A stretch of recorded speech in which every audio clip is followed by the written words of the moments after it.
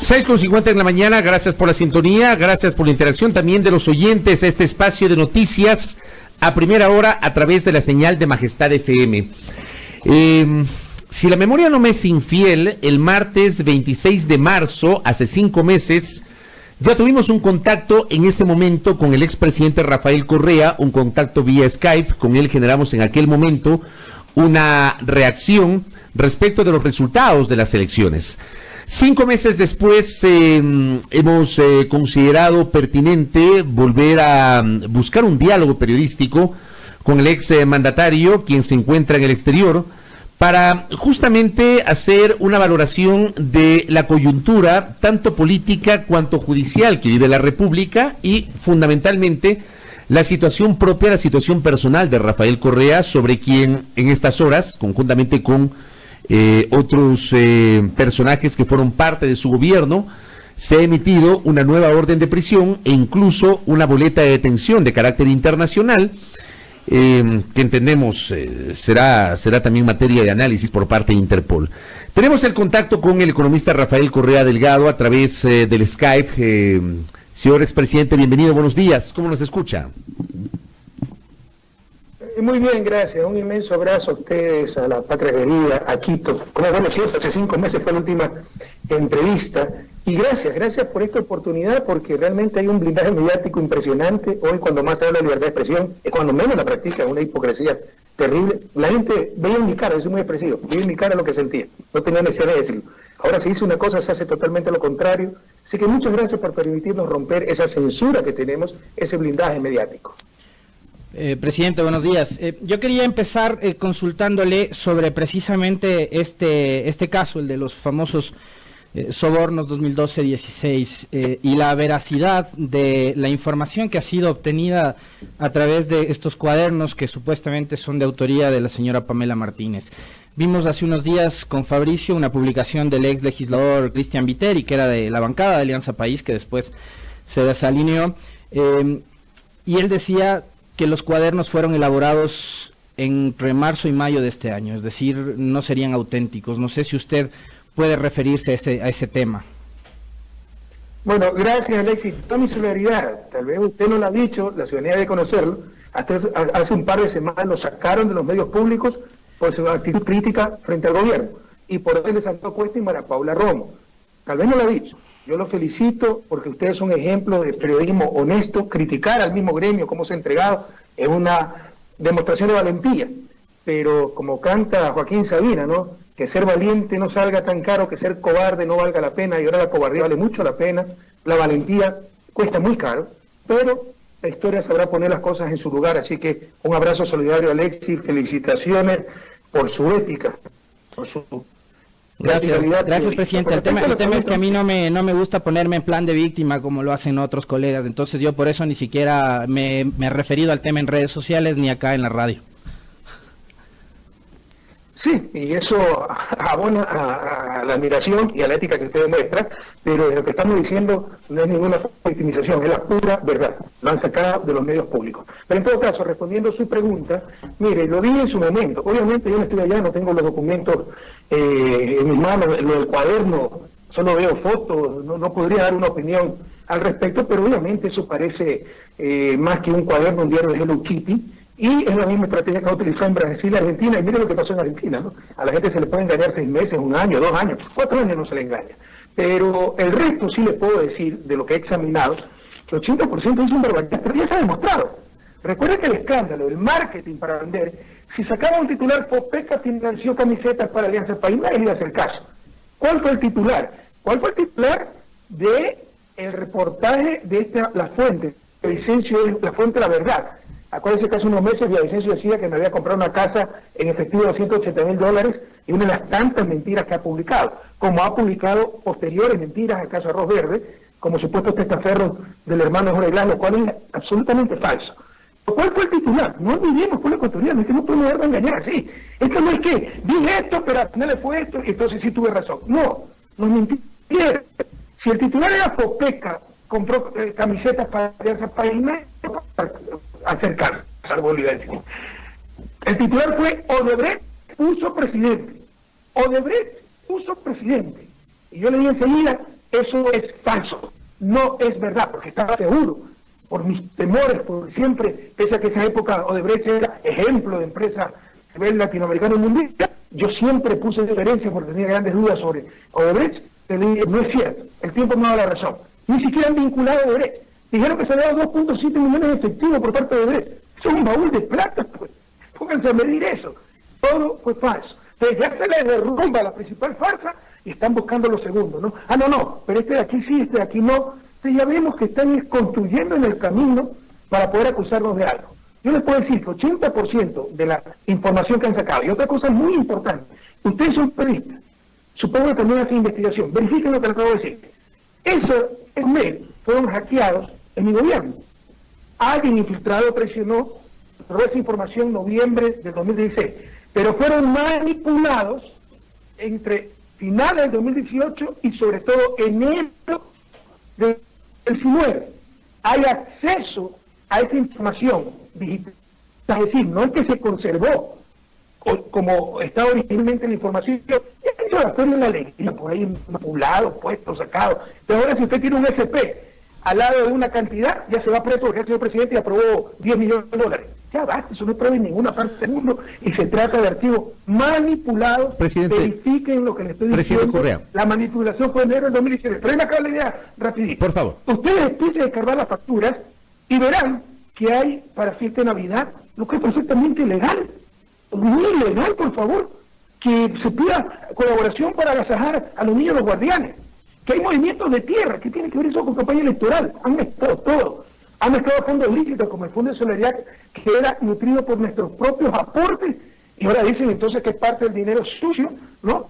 Han mezclado dinero, actividad ilícita de la empresa.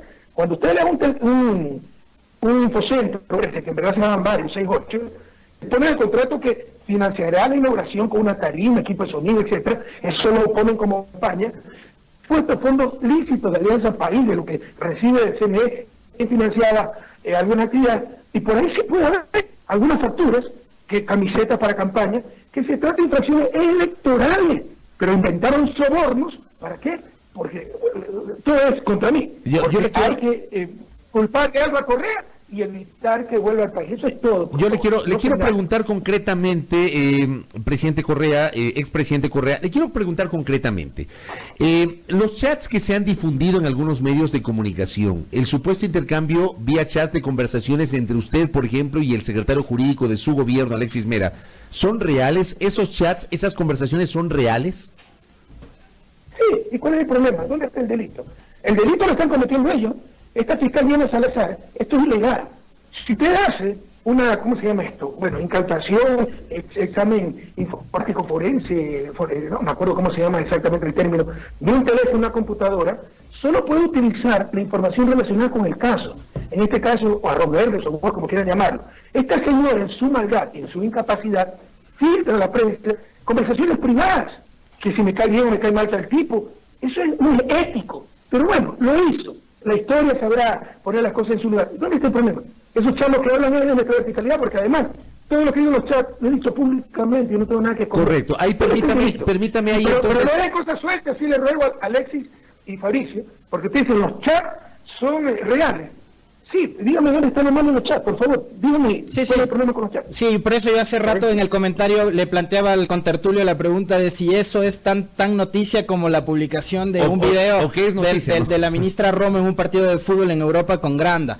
Pero usted se refería a un tema, presidente, y es el titular del portal La Fuente, que es Odebrecht puso presidente en Ecuador. Y resulta que la Fiscalía no vincula a ningún representante de la empresa brasileña, que es la que, digamos, forma parte de esta trama de corrupción dentro del caso. Entonces sí sorprende el hecho de que ningún representante de Odebrecht haya sido vinculado. Porque fue falso, pues. Como todas las cosas que ha dicho Villavicencio. ¿De cuándo Villavicencio es una fuente fidedigna? Y si fuera fuente fidedigna, hace 6 meses denunció, que eso sí es cierto, lo de INA Papers, de donde cuenta secreta de la familia Moreno, cuenta 100-4-10-71378 Balboa Bank de Panamá, ¿ya? de donde se compraban departamentos, vajillas de lujo, se pagaban tickets aéreos, se daban transferencias en efectivo para Moreno, su torno, para sus reyes, y todavía no hace nada, pues, entonces fíjense también la doble moral. Pero Villavicencio, un denunciólogo chantajista, que vive de lo que calla y vive de lo que dice, es una fuente fidedigna, pues. ¿En qué del mundo una país dudoso prestigio, entre comillas, sirve para sacar prisión preventiva de un presidente? Son una payasada que estamos viviendo en el Ecuador, dense cuenta, me están defendiendo como país, contra Correa esto, contra el país, somos de las berreíras a nivel mundial. Aquí una precisión, no hay boleta internacional contra mí todavía por este caso, y el rato en que la haya, Interpol la va a negar, porque el prestigio de la justicia está por los suelos. Usted se la va a negar. A ver, hay una parte, digamos, esto se ha viralizado en estas horas, y decíamos en el comentario previo a comenzar esta conversación con usted, que claro, hay cuestiones que me parecen chismes, pero hay otras que probablemente puedan llamar la atención, y una de esas es, por ejemplo, la publicación hoy de uno de los medios acá en el Ecuador, del diario La Hora, que refiere que supuestamente en estas conversaciones usted analiza con Alexis Mera la situación del campo Zingue. El campo Zingue ha sido denunciado recurrentemente por Fernando Villavicencio y otros, y es materia ahora mismo de un enjuiciamiento de carácter judicial. ¿Qué conocimiento tenía Rafael Correa, siendo presidente de la República en ese momento, sobre el caso Zingue? Por favor.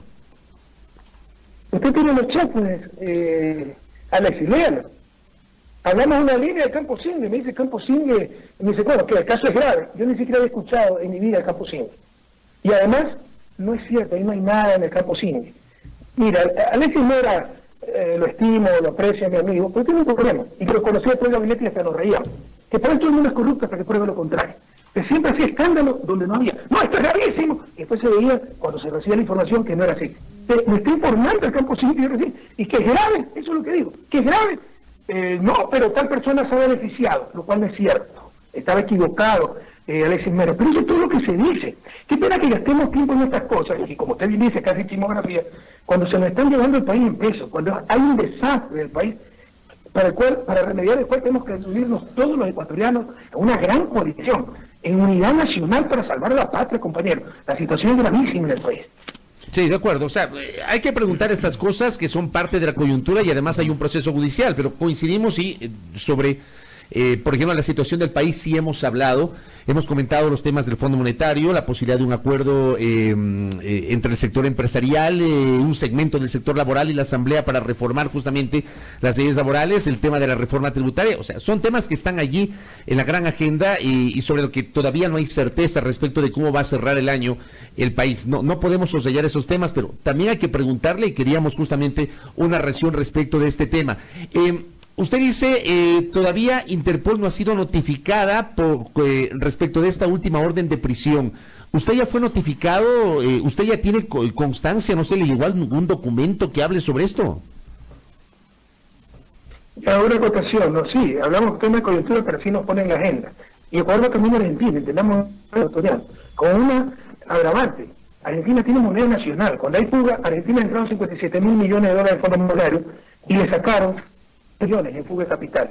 Pero tiene moneda nacional, y lo que hace es depreciarse la moneda, eso genera inflación, genera muchos problemas, pero no colapsa la economía.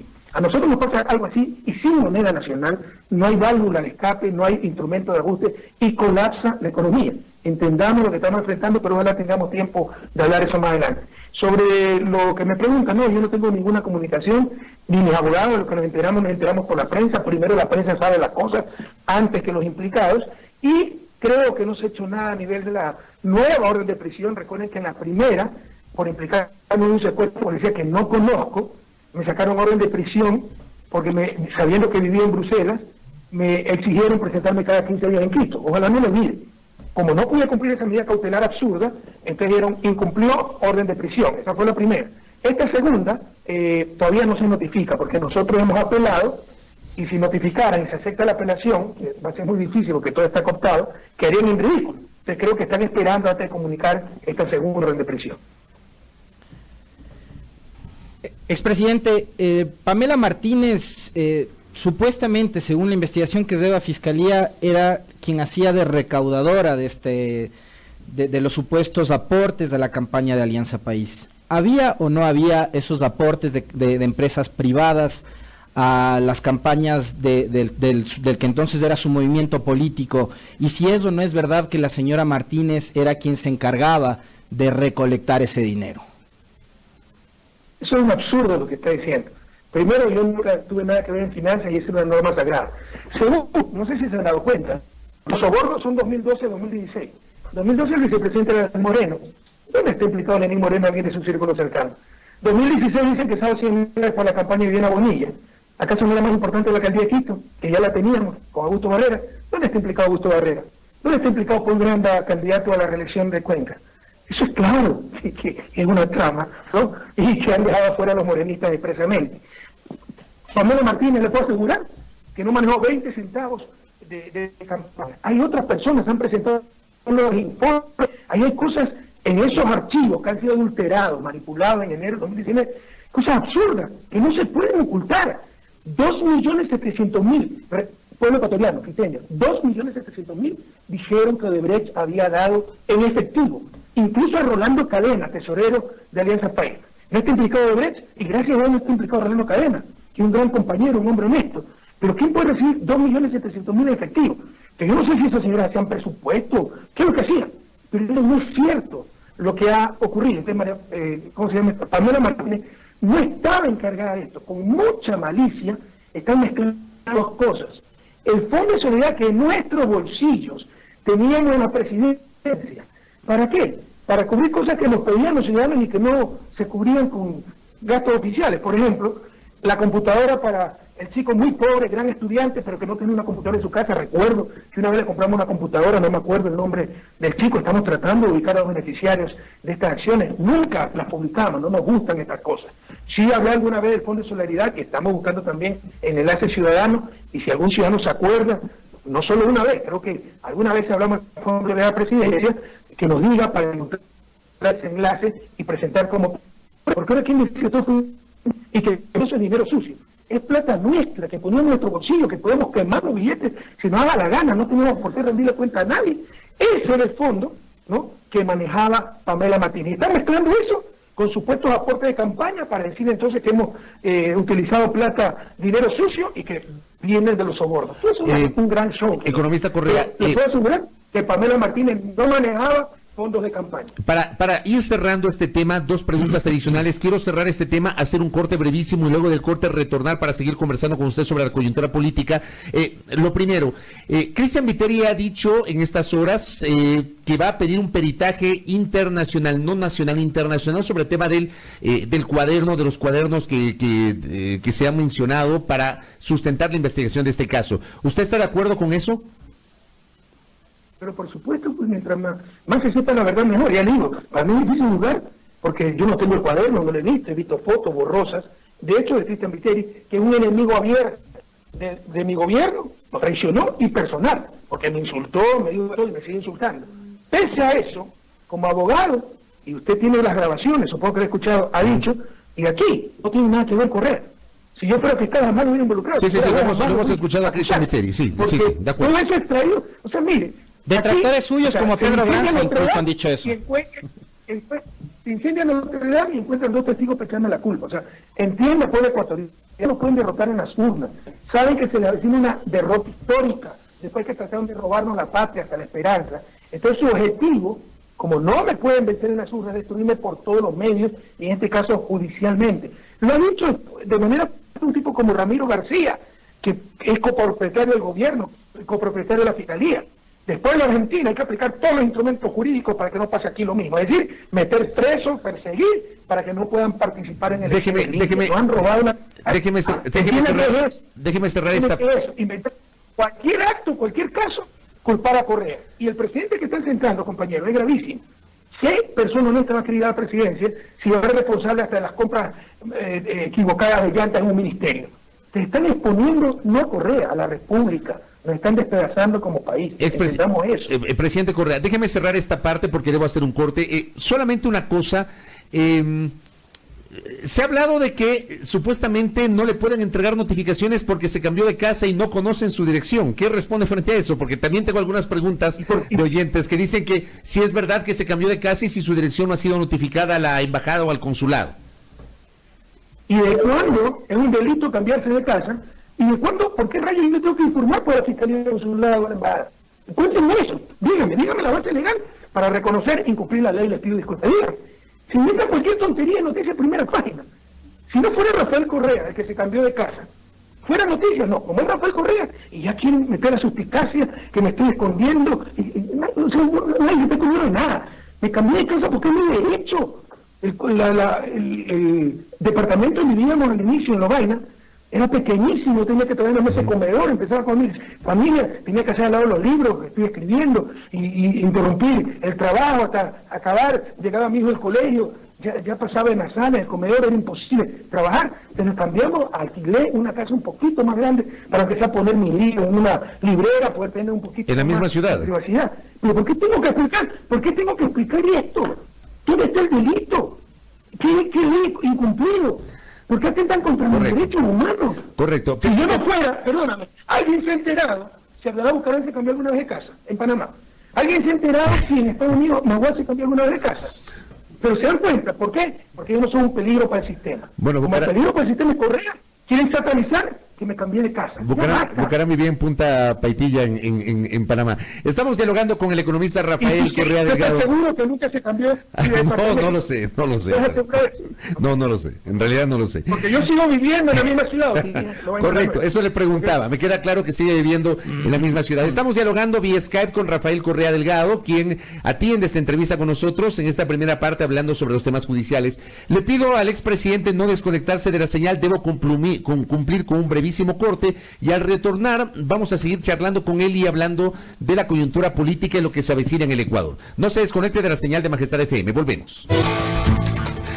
Muy bien, 7:14, vamos a continuar con este diálogo. Estamos en vivo, charlando vía Skype con el expresidente Rafael Correa, aquí en nuestro espacio de noticias. En la primera parte hablamos de los temas judiciales y la visión de Rafael Correa en torno a el desarrollo del proceso judicial denominado Sobornos 2012-2016.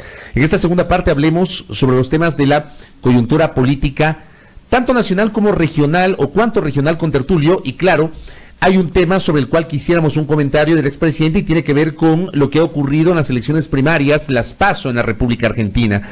Mucho se ha debatido, se ha analizado, se ha hablado del golpe que ha significado para el gobierno de Mauricio Macri este resultado que deja en muy buen camino la posibilidad de una elección del binomio Fernández-Fernández en las elecciones definitivas de la República Argentina en octubre próximo.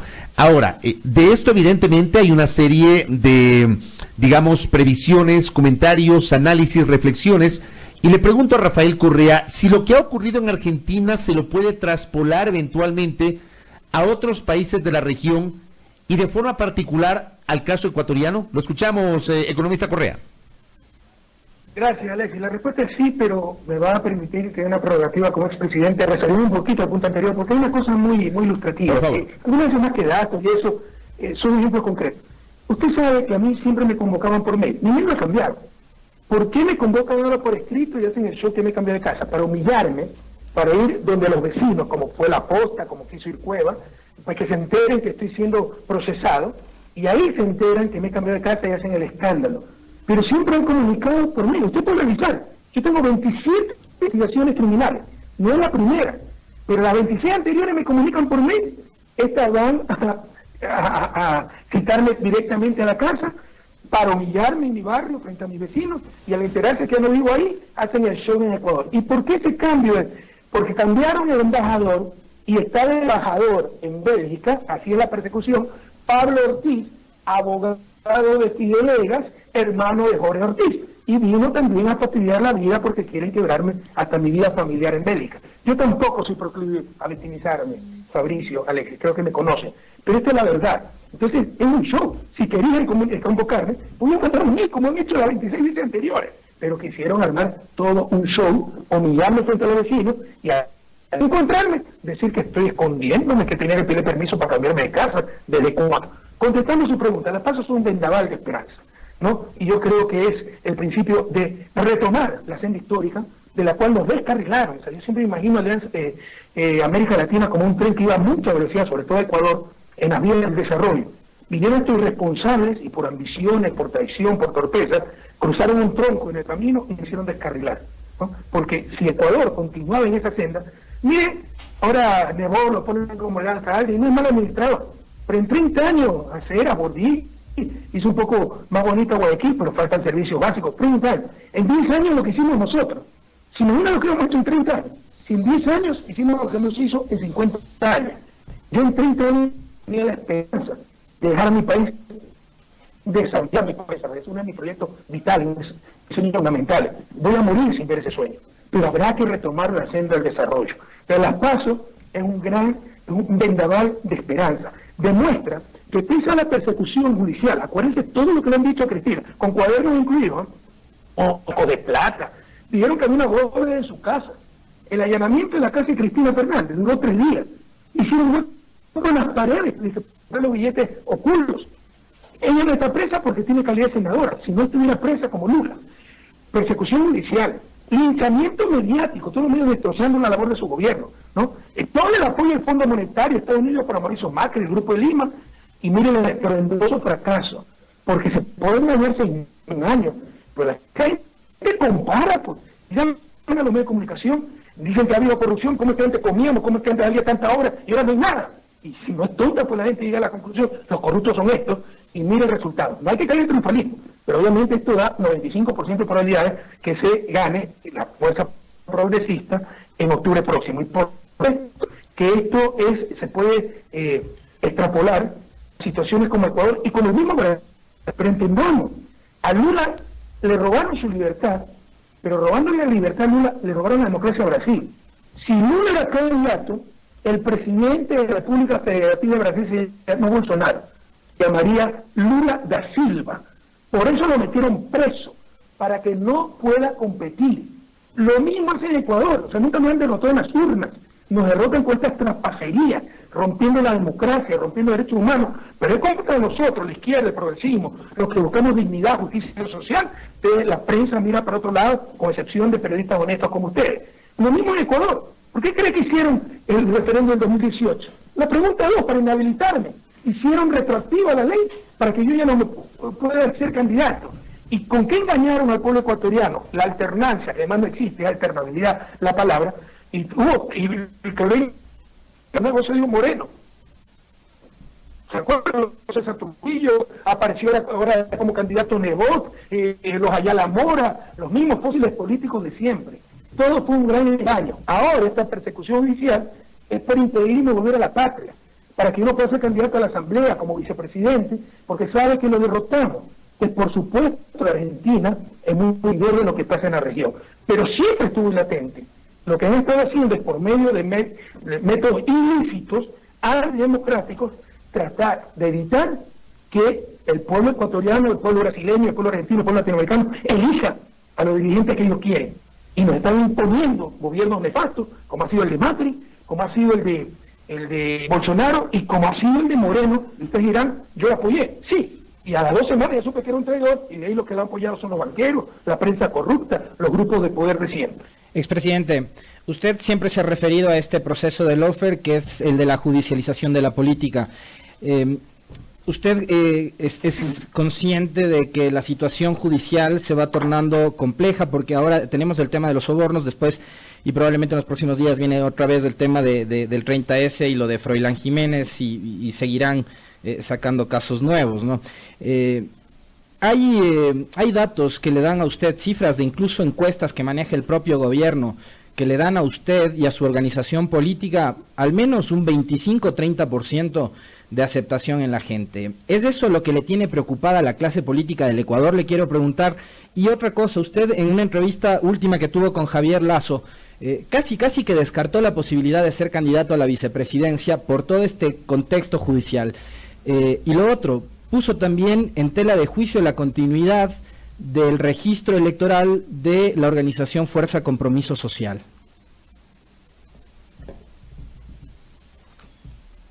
No, lo que estoy diciendo es la verdad. a buscar por todos los medios impedirnos participar como organización política y en particular como candidato. Como ya, orden de detención película, ¿no? Porque un ex policía dice que yo le llamé por teléfono para ordenar un secuestro, te ponen presentarte cada 15 días, incluso sabiendo que vive en Bruselas, como no puedes cumplir, orden de prisión. ¿Para qué? Para que no pueda volver al país. Entonces yo podría inscribirme con un poder, los dirigentes de mi partido pueden inscribirme, puedo inscribirme en el consulado, pero te van a exigir inscribirte en persona. Como saben que si eso no estén, entonces no se pudo inscribir Correa, no pudo participar. Digo, ellos son sabidos, ¿no? Son sabidísimos y le roban la democracia al pueblo ecuatoriano.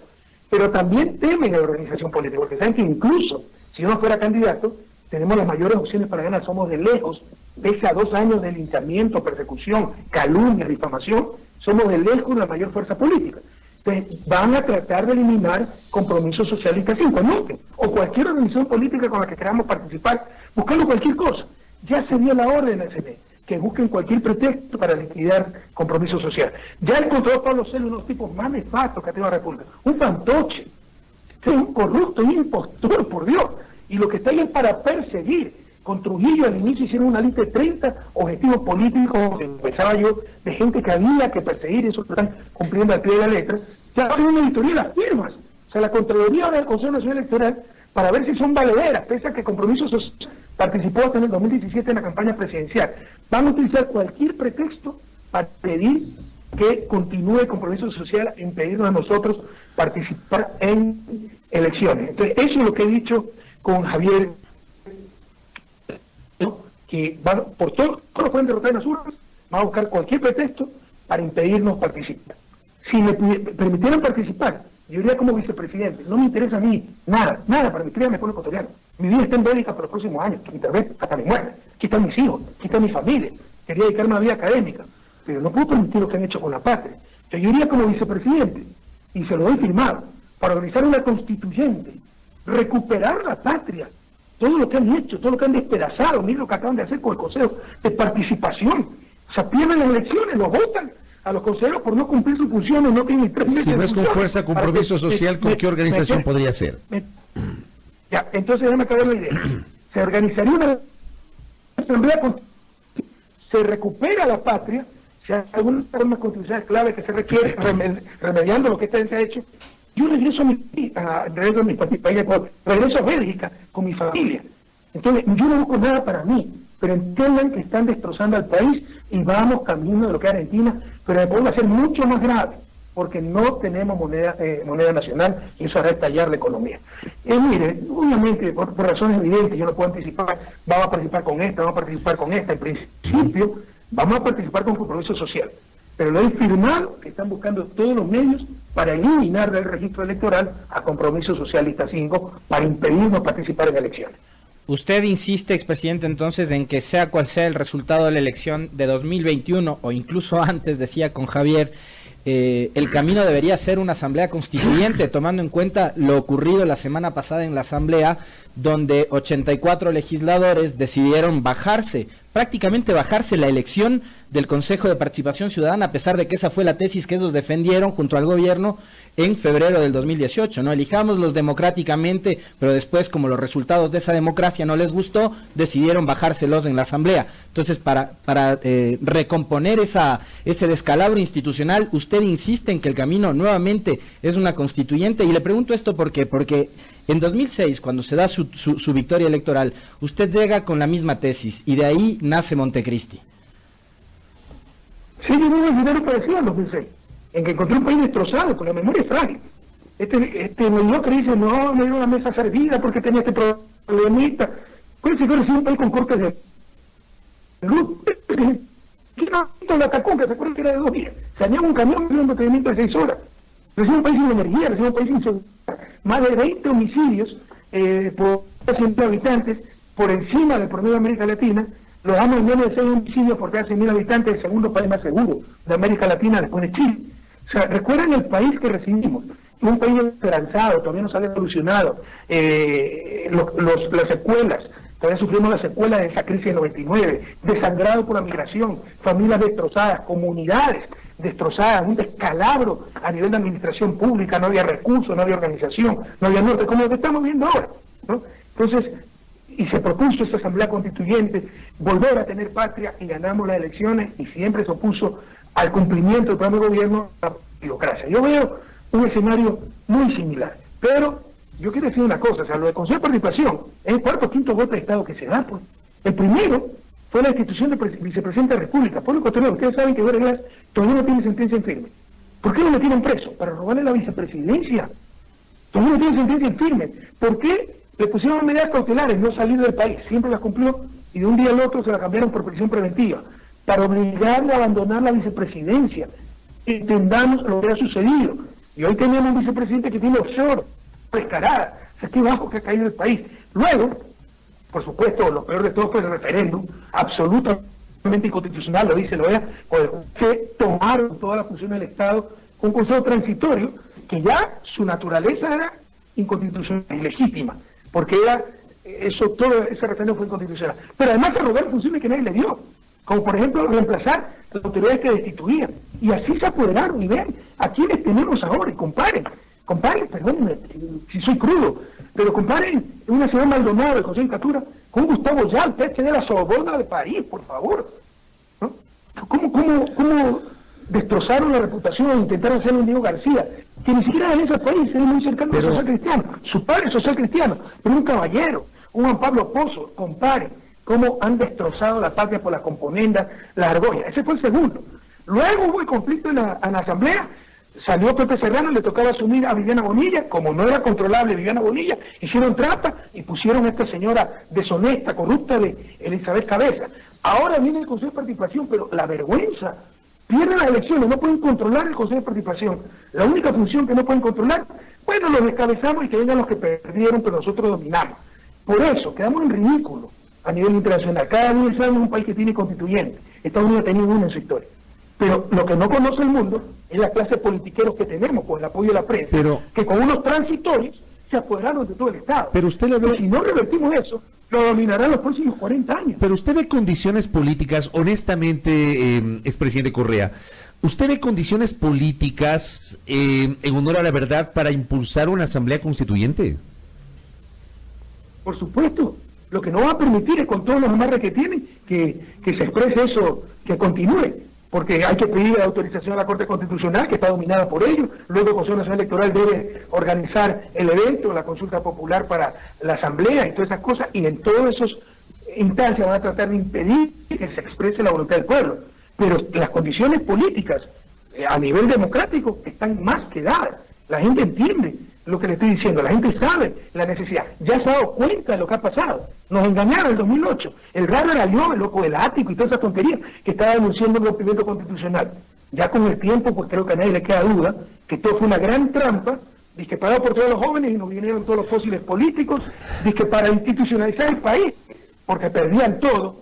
Mire, una pregunta muy simple, Fabricio y Alexis, para que se vean el nivel de cinismo que existe en la política ecuatoriana actual. Decían que los concursos estaban amarrados y que ganaban los nuestros.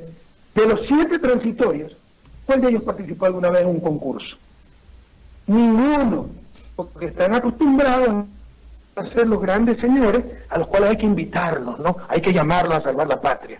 Entonces le molesta la democracia, le molesta la meritocracia, le molesta que llegue gente sin apellido ribombante, sin ser parte de la argolla política. Pero eso se llama participación ciudadana, eso se llama democracia. Economista Correa. Por medio de ese Consejo Transitorio nos robaron la democracia, nos robaron la patria, nos robaron la institucionalidad. Con cada vez civil decían, estamos reinstitucionalizando y estaban desinstitucionalizando todo. Y hay que recuperar el país, y para hacerlo se requiere esa asamblea constituyente. Correcto. Y las condiciones están activadas. Tengo tiempo para 2 últimas preguntas. El contertulio va a hacer una pregunta de economía. Yo quiero cerrar la parte política. Usted hablaba justamente en esa entrevista con Javier Lazo Mencioné el nombre de María Isabel Salvador, mencioné el nombre del propio Javier Lasso. Hay gente vinculada y muy cercana a usted. ¿Usted ha pensado tal vez también en gente, digamos, joven que no es necesariamente hoy parte de la denominada Revolución Ciudadana? Por ejemplo, ayer me mencionaban el nombre de un joven empresario y político de la provincia del Guayas, Luis Chonillo, por mencionar ese nombre. ¿Usted podría buscar también por allí acercamientos con jóvenes para esta orientación política que está mencionando economista Correa? Siempre vamos a buscar a los jóvenes. Ojalá no tengamos que estar aquí porque vienen los jóvenes, pero para conducir al país al desarrollo, no para llevárselo en peso como están haciendo estos fósiles. Pero ustedes saben una cosa, nosotros, con la reforma constitucional que hicimos en el 2016, una reforma era que se pueda participar como presidente o vicepresidente a los 30 años, derogaron eso. Entonces solo pueden ser mayores de 35 años. Le impidieron la participación de los jóvenes. O sea, ya es más difícil encontrar a los jóvenes. Pero por supuesto, nosotros siempre vamos a promocionar y respaldar a los jóvenes. ¿Cuántos cuadros jóvenes impulsamos y cuántos cuadros jóvenes muy valiosos tenemos actualmente? Yo quisiera cerrar esta entrevista con una reflexión suya, expresidente, con respecto a dos temas que tienen que ver con lo económico. Uno, la adhesión del Ecuador, posible adhesión a la Alianza del Pacífico, beneficios y perjuicios que podría tener esa decisión, y lo otro es la implementación de lo que hoy denominan billetera móvil, que durante su gobierno se denominó dinero electrónico y que fue tan denostado por analistas, economistas y gente vinculada a la banca, que incluso decía que ese dinero electrónico marcaría el fin de la dolarización, y que hoy lo están implementando con costos desde los 10 centavos hasta los 45 centavos por transacción. Usted lo acaba de decir, pues, Alexis.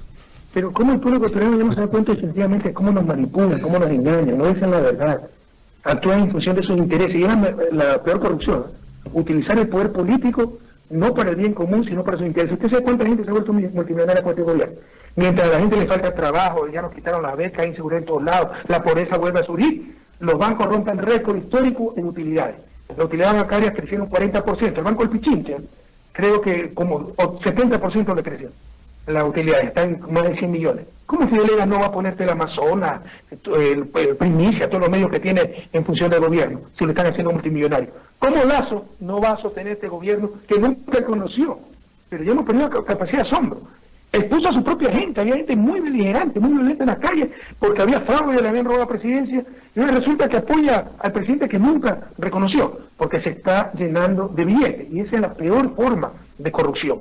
Gobernar, no para el bien común, sino para ciertos grupos privilegiados. Entonces, esto fue parte de aquello, el dinero electrónico. ¿Qué campaña en contra hicieron? Desde el gobierno, lo primero que hizo Moreno es regalarle el dinero electrónico a los bancos, y resulta que no ha sido malo, sino que como siempre dijimos era bueno, pero si lo tienen ellos, le sacan la cabeza al pueblo ecuatoriano y lucran con el dinero electrónico. Eso es sobre el dinero electrónico. Sobre la Alianza del Pacífico, miren, esta gente nos va a llevar a una situación peor que en Argentina.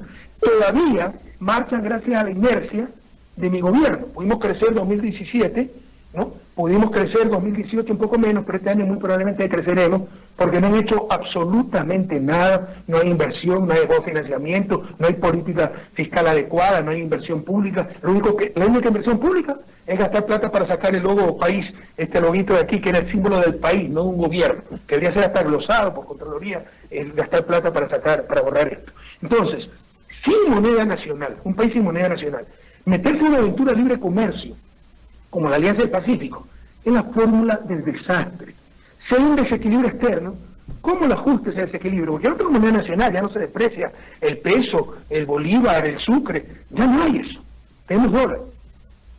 Ya no lo podemos manejar el dólar. ¿Cómo equilibra? Y si salen dólares de economía, colapsa la economía. ¿Cómo controla eso?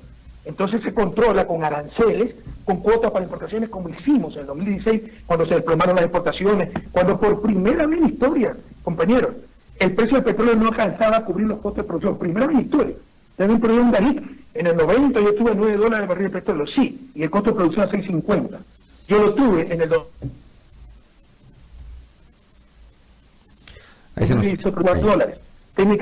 Contablemente era mejor cerrar los pozos, pero tiene que técnicamente no es tan fácil, etcétera. Entonces, en esta coyuntura, ¿no? Caía, actuamos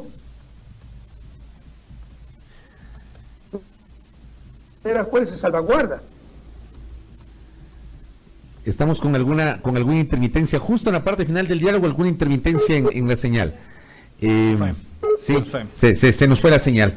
Justo era la última pregunta y con esta estábamos cerrando. ¿Está ahí? ¿Nos escucha, economista Correa? Se perdió la señal. Bueno, era igualmente la última pregunta, justamente con Rafael Correa. Con eso estábamos cerrando la entrevista, con esa última reflexión respecto del dinero electrónico y también de la Alianza del Pacífico. Claramente crítico el expresidente de la República respecto de ambos temas económicos. Gracias, saludo a la distancia al expresidente de la República, Rafael Correa Delgado, que ha tenido la gentileza de atendernos en esta mañana y conversar con nosotros sobre los temas judiciales, la coyuntura política, la coyuntura económica y por supuesto la coyuntura internacional aquí en A Primera Hora. 7 de la mañana, 36 minutos. Pausa.